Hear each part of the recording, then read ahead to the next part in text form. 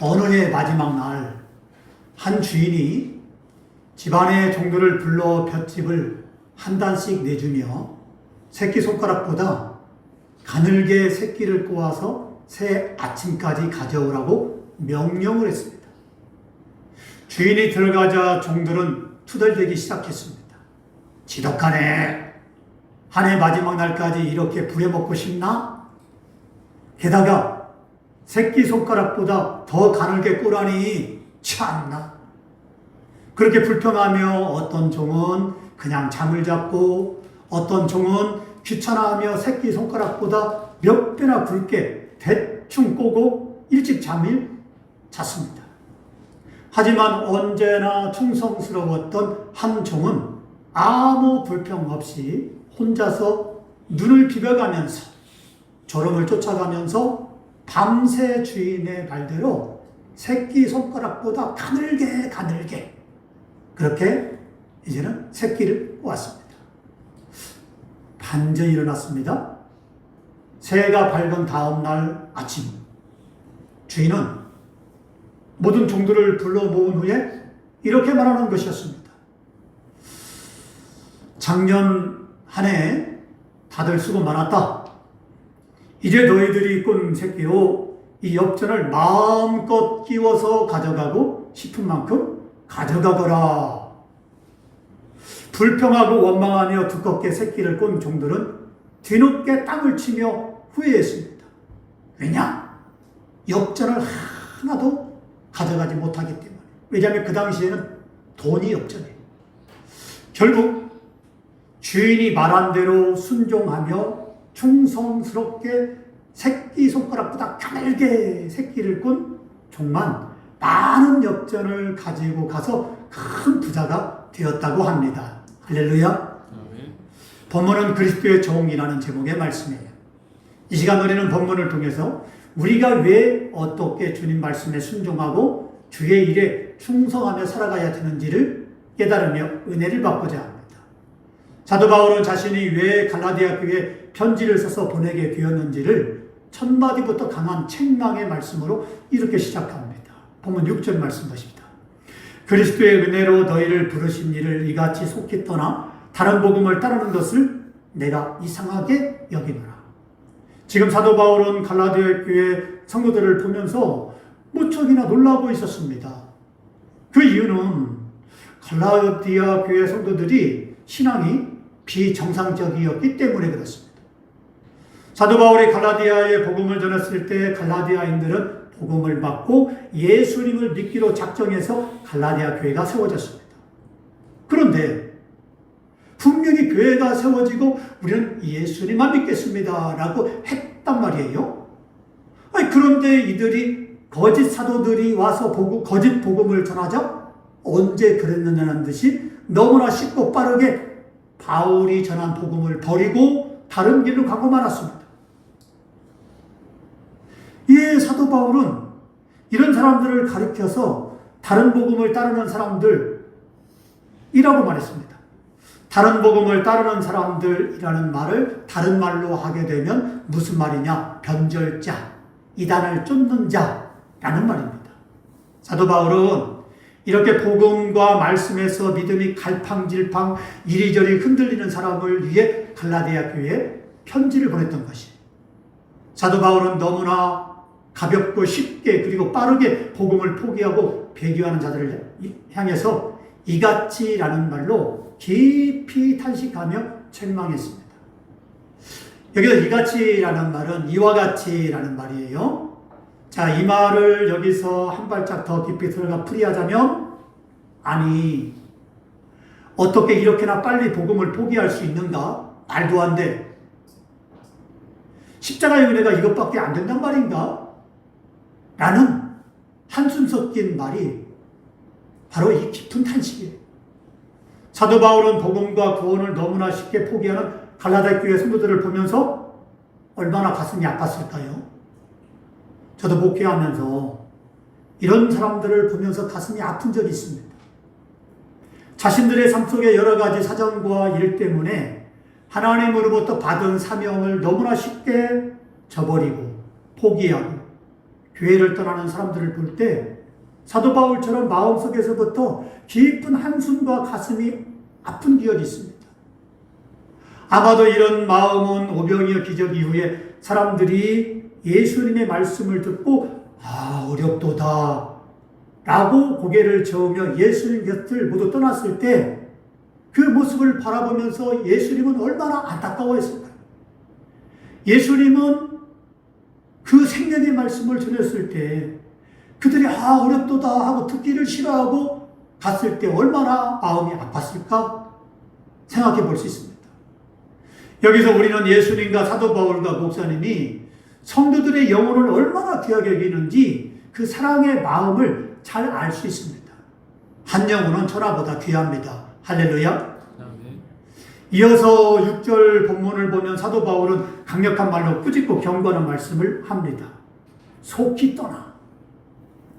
여기서 속히 떠나는 말을 헬라어로 말하면 타케오스 메타티테스테인데 이 말의 뜻은 아주 급하게 자리를 옮기다 라는 말이에요.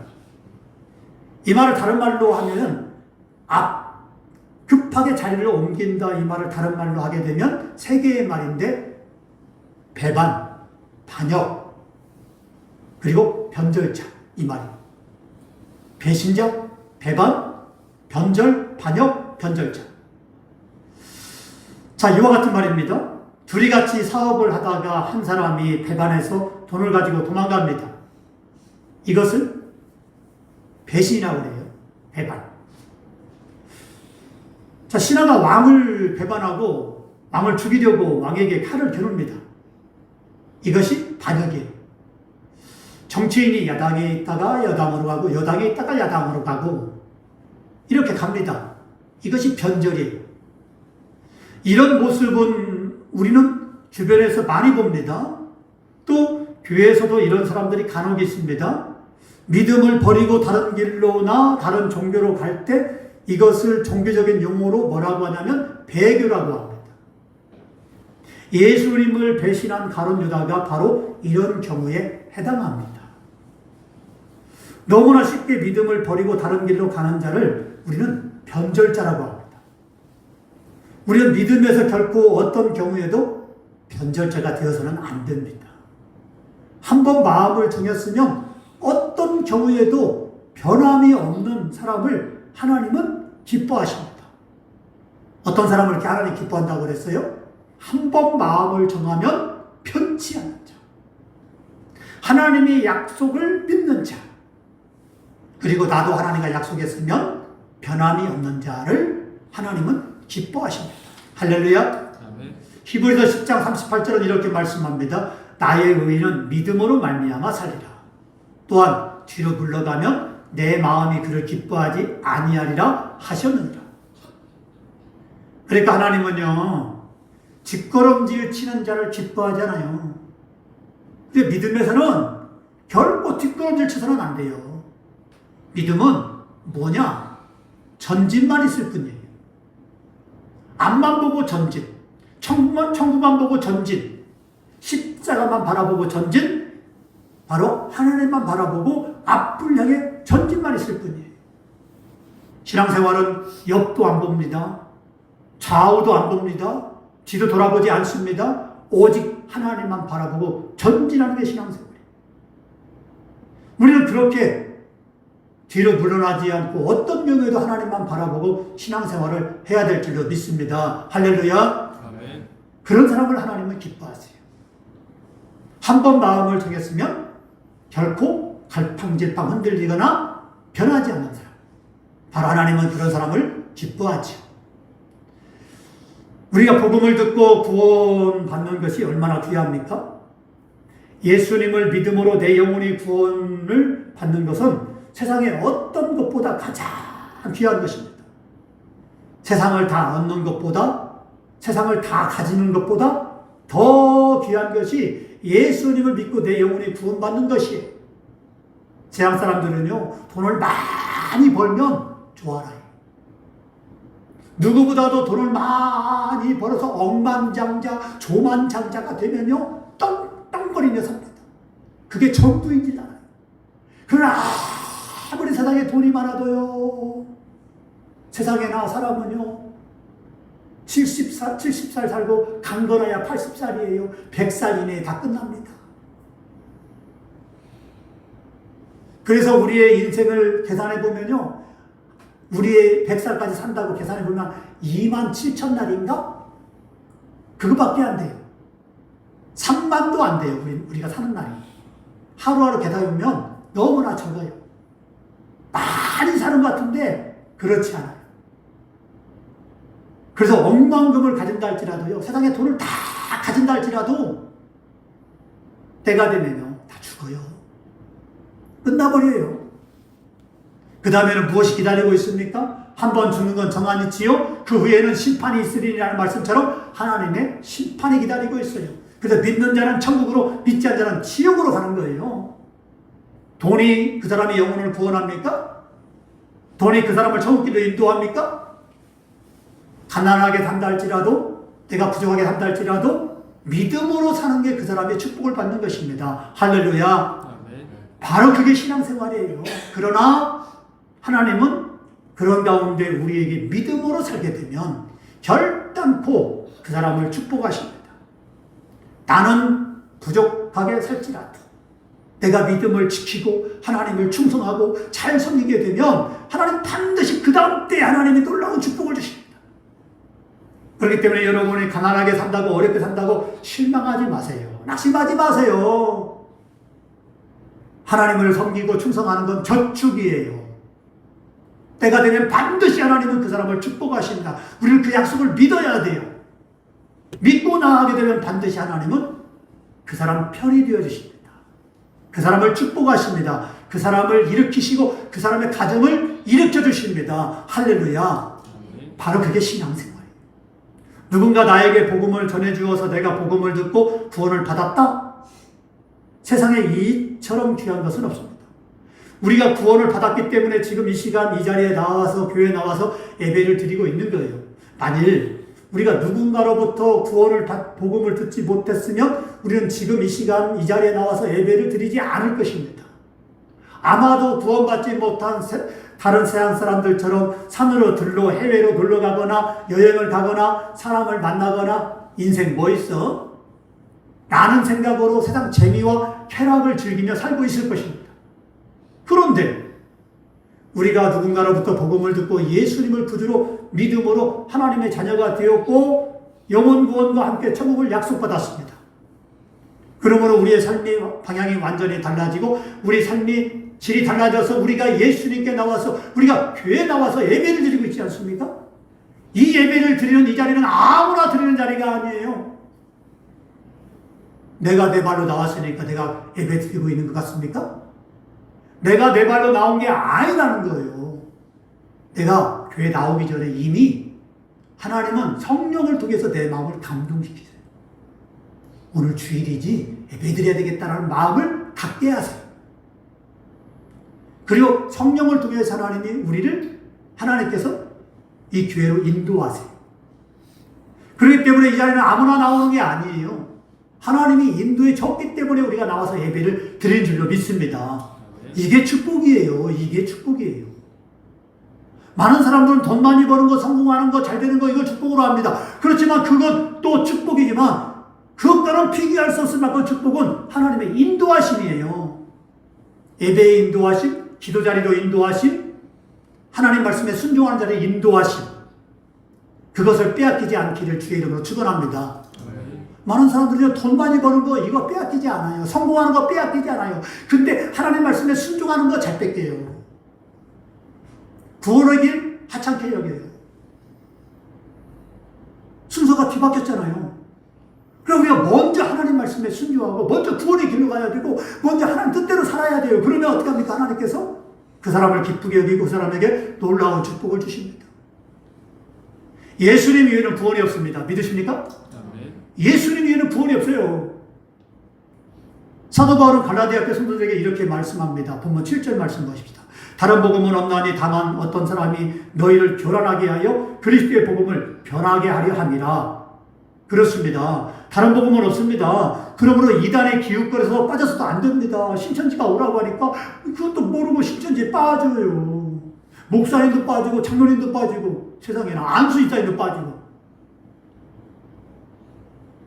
열심히 있다. 교회에서 열심히 있다는 사람들이 이단으로 가요.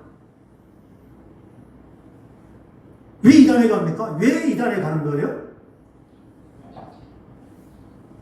만약에 여러분의 가슴이, 사람의 가슴이 복음으로 꽉 차 있고 은혜로 꽉 차 있고 축복으로 꽉 차 있고 하나님의 은혜로 꽉 차 있으면, 그리고 하나님으로부터 만족이 있으면 가겠습니까?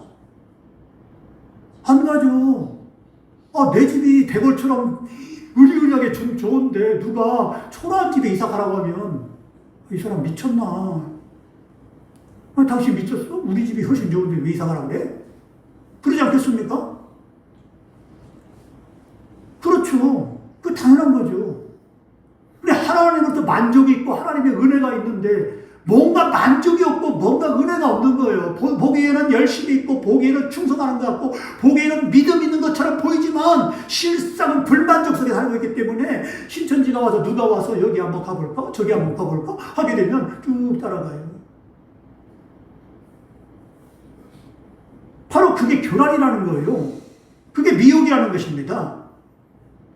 자, 우리는 이것에 빠져서는 안 됩니다. 왜냐하면 다른 복음을 듣고 다른 길로 가면 거기에는 멸망만 있어요. 또한 다른 복음을 전하는 자들도 이와 같이 그 끝은 멸망받을 것입니다. 그러니까 이단들이나 이단에 빠진 사람이나 모두가 다 멸망당하는 거예요. 그렇기 때문에 우리는 그런 멸망에 가는 길에 이단에 빠져서는 안 된다는 것입니다. 그래서 사도 바울은 이렇게 말씀했어요. 본문 8절과 9절 말씀을 잘 들어보세요. 그러나 우리나 혹은 하늘로부터 온 천사라도 우리가 너희에게 전한 복음 위에 다른 복음을 전하면 저주를 받을지어다. 우리가 전에 말하였거니와 내가 지금 다시 말하노니 누구든지 너희가 받은 것 위에 다른 복음을 전하면 저주를 받을지어다. 사도 바울은 강하게 말하고 있습니다. 다른 것은 모르지만 사도 바울은 복음에 대해서 아주 단호하게 딱 잘라 말하고 있습니다. 만일 하늘로부터 천사라 할지라도 우리가 전한 복음 위에 다른 복음을 전하면 저주를 받을지. 그렇죠? 교회에서 전하는 하나님 말씀 위에 누군가 이단이 와서 예수 잘 믿는 사람이라 할지라도 다른 복음을 전하면 그 사람은 저주를 받을 것입니다. 사도 바울이 왜 이렇게 말했을까요? 이거는 영혼 구원에 관계된 것이기 때문에 그래요. 육체의 생명이 죽는 것은 한 번 죽는 것입니다. 육체의 생명이 죽을지라도 예수님 믿으면 영혼이 구원을 받습니다. 하지만 영혼이 구원받지 못한다면 이것은 큰 문제예요.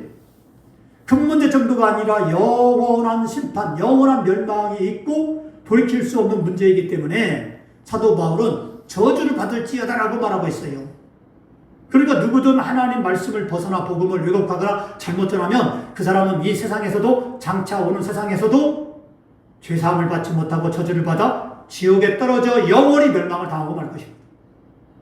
그러므로 우리는요, 다른 사람이 나에게 신앙의 문제가 상담을 올 때, 아니면 신앙의 문제가 있을 때 함부로 상담하거나 판단하거나 이렇게 해라 저렇게 해라 말해줘서는 안 됩니다. 단지 기도만 해줘야 돼요. 그렇잖아요. 누군가 나에게 사기예요. 그 신앙생활을 어떻게 해야 되지? 저렇게 해야 되지? 이렇게 해 저렇게 해. 그 교회만 그 교회야? 여기도 가도 되고 저기도 가도 되지? 이렇게 쉽게 말해버리면 어떻게 되겠어요? 잘못하게 되면 그건 그 사람이 책임을 져야 돼요. 책임을 져야 돼요. 그렇기 때문에 우리는 잘못하게 되면 그게 다른 복음이 되어서 하나님으로부터 저주를 받게 돼요. 그렇기 때문에 우리는 바로 이렇게 해서는 안 된다는 거예요. 함부로 말해주거나 함부로 말하거나 함부로 상담해주거나. 저도요, 상담해 올 때는요 두려워요. 사실은 내가 잘못 인도하면 그럼 어떻게 되겠습니까? 그렇기 때문에 저도 상담해 올 때는 기도하고 기도로 준비하고 혹시 내가 실수하지 않을까 조심하고 이 목사님이라 할지라도 내 영혼을 걸고 천국을 걸고 그렇게 하는 거예요. 그렇기 때문에 목사님은 훨씬 어려워요. 훨씬 힘들어요, 여러분보다. 그렇기 때문에 내 영혼을 걸고 상담을 해줘야 되는 거예요. 성도들은 그걸 피해야 돼요. 누가 이렇게 저렇게 해, 누가 이렇게 한다 할지라도 여러분이 그렇게 해서는 안 된다. 사도 베드로도 이렇게 복음을 왜곡하는 자들에 대해서 엄중하게 경고했습니다. 잘 들어보세요. 베드로서 2장 12절 13절 말씀에 그러나 이 사람들은 본래 잡혀 죽기 위하여 난 이성 없는 짐승 같아서 그 알지 못하는 것을 비방하고 그들의 멸망 가운데 멸망을 당하며 불의의 값으로 불의를 당하며 낮에 즐기고 노는 것을 기쁘게 여기는 자들이니 점과 흠이라. 그러므로 신앙생활은 처음부터 올바르게 배워야 하고 또 계속해서 똑바르게 오직 하나님 말씀대로 FM대로 해야 돼. 처음에는 올바르게 잘했지만 중간에 환경과 처지에 따라 적당히 해서는 안 됩니다. 마지막으로 사도 바울은 이렇게 말씀합니다. 보면 10절 말씀 보십시다. 이제 내가 사람들에게 좋게 하랴 하나님께 좋게 하랴 사람들에게 기쁨을 구하랴 내가 지금까지 사람들의 기쁨을 구하였다면 그리스도의 종이 아니니라. 신앙생활은 이렇게 해야 됩니다. 사람에게 좋게 하거나 사람을 기쁘게 하려고 사람의 눈치를 봐서는 안 돼요. 오직 하나님, 오직 그리스도, 오직 십자가 이렇게 해야 참된 그리스도의 종입니다. 오직 하나님을 기쁘시게 하면 사람들로부터 미움을 받을 수 있습니다. 오직 예수님께만 충성하면 고집불통, 독불장군, 독재자 같은 사람으로 보일 수 있습니다. 그렇죠?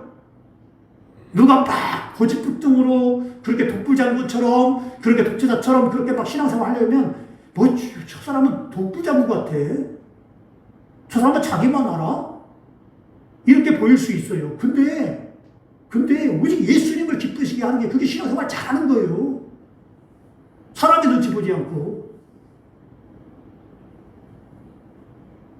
자, 이렇게 신앙생활을 잘 하는 게 정답이에요. 이렇게 예수님께 절대 충성하는 사람이 진짜 그리스도의 종입니다. 여기에 은혜가 있고 여기에 축복이 있고 여기에 구원이 있는데 여러분이 진짜 예수님께만 충성함으로 사람을 기쁘게 하지 않고 예수님만 기쁘게 함으로 그러므로 하나님으로부터 여러분의 믿음을 인정받고 은혜와 축복을 받으며 복된 삶을 살아가는 저와 여러분 되기를 주의 이름으로 축원합니다.